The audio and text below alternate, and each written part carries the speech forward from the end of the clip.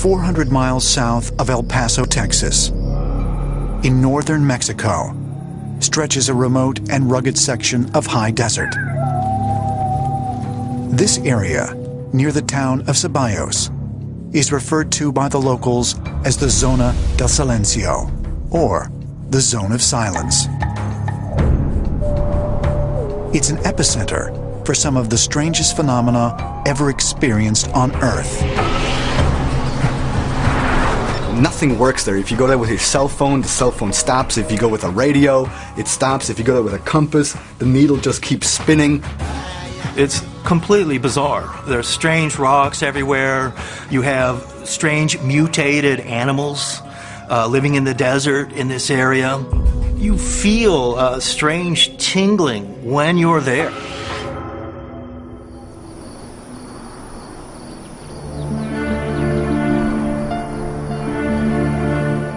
The Zone of Silence was first identified in the 1930s by Francisco Sarabia, a Mexican pilot who claimed that his radio had mysteriously failed to function while flying over the area. They call it Mexico's Bermuda Triangle. It's located practically on the same parallel, 28th and 26th parallel, and as a result of that, it goes and connects with the Egyptian pyramids. So all around that whole sector, there seems to be some connection between the anomalies that are occurring through these different parts of the world. As a scientist, you're trained to be skeptical, or maybe you were born that way, but we really don't believe anything.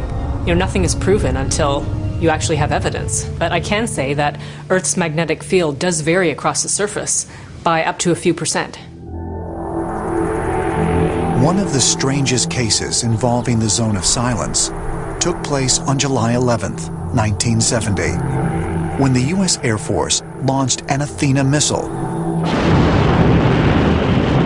from its military facility in Green River, Utah.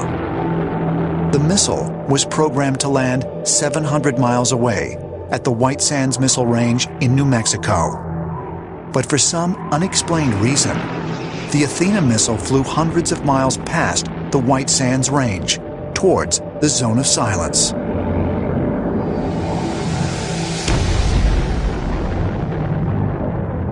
Not only did it go off course, it way overshot, as if it had been picked up or yanked or dragged or pulled into it. There was a NASA spokesman who even said it was weird. It was like the thing just got pulled into this area. And it ended up crashing there and breaking up into bits.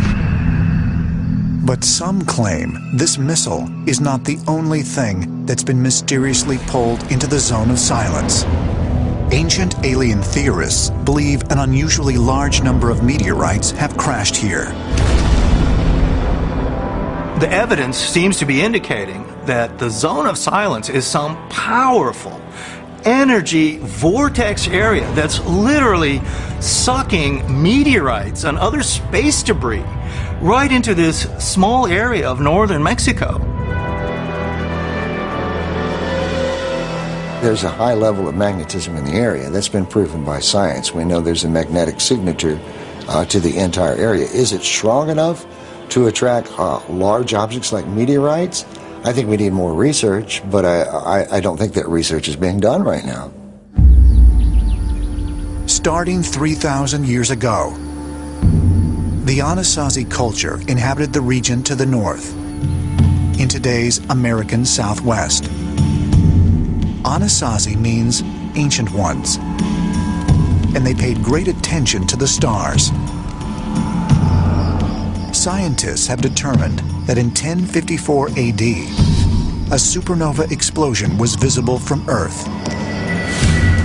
Many believe the first known drawing of this event was found inside an Anasazi cave dwelling.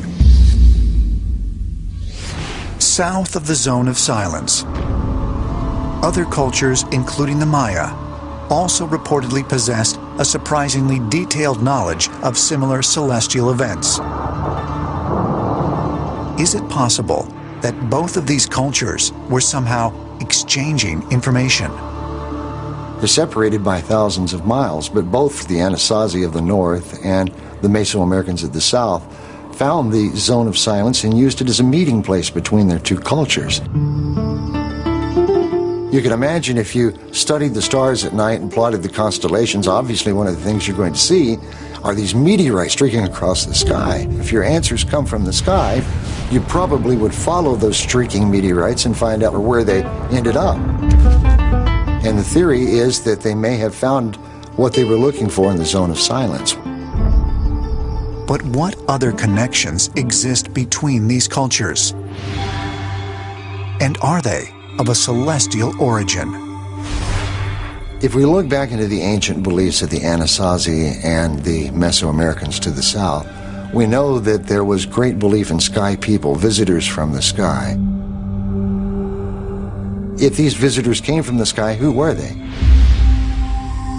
And there's a similarity to the beings being reported as tall, pale skin, white hair, which is not indigenous to the dark-skinned, dark-haired people found in that region, but does match many of the South American descriptions of their gods.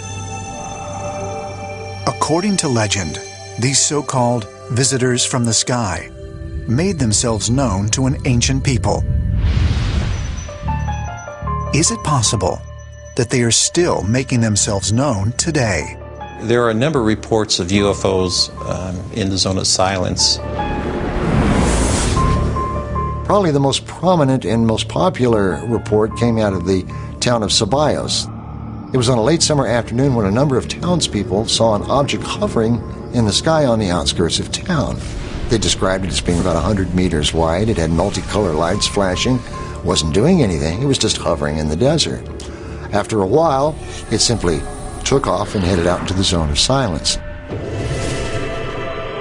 I think, too, that as what's going on today, the high activity of UFO sightings, the anomalous reports that are still going on today, perhaps there is a connection. Maybe it's a vortex, maybe it's a dimensional port. We can't explain it, but something unusual is going on in that area. Might extraterrestrials be able to detect these magnetic differences? And would they have been of any use to ancient visitors? If I was an alien coming here 10,000 years ago, obviously there weren't any road maps at the time. However, I could use the anomalous magnetic spots on planet Earth as signposts of sorts. And so that when I come back, those signposts would be my guides to find my way around planet Earth. There are spots on planet Earth that are highly magnetic. But are the magnetic levels, the sky god legends, and recent sightings of UFOs proof that a portal exists here? And are there other places that might offer more direct physical evidence?